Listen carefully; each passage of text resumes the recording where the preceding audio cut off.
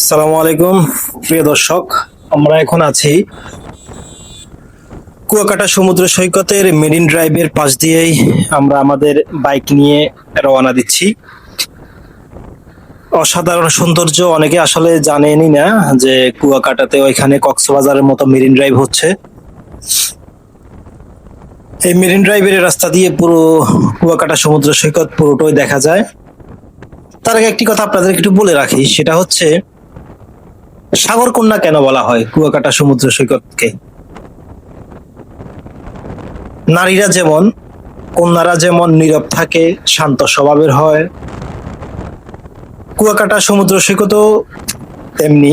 এখানে সমুদ্রের কোনো গর্জন নেই, বড় কোনো ঢেউ নেই, এটা শান্ত শিষ্ট, কোনো গর্জন নেই এখানে, তাই এটাকে সাগরকন্যা বলা হয়। পাশাপাশি আরো একটা কারণে এটাকে সাগরকন্যা বলা হয়, সেটা হচ্ছে কুয়াকাটা থেকে সকালবেলা যে সূর্য উদয় এবং বিকালে যে সূর্যাস্ত, এই দুইটা জিনিস দেখা যায়।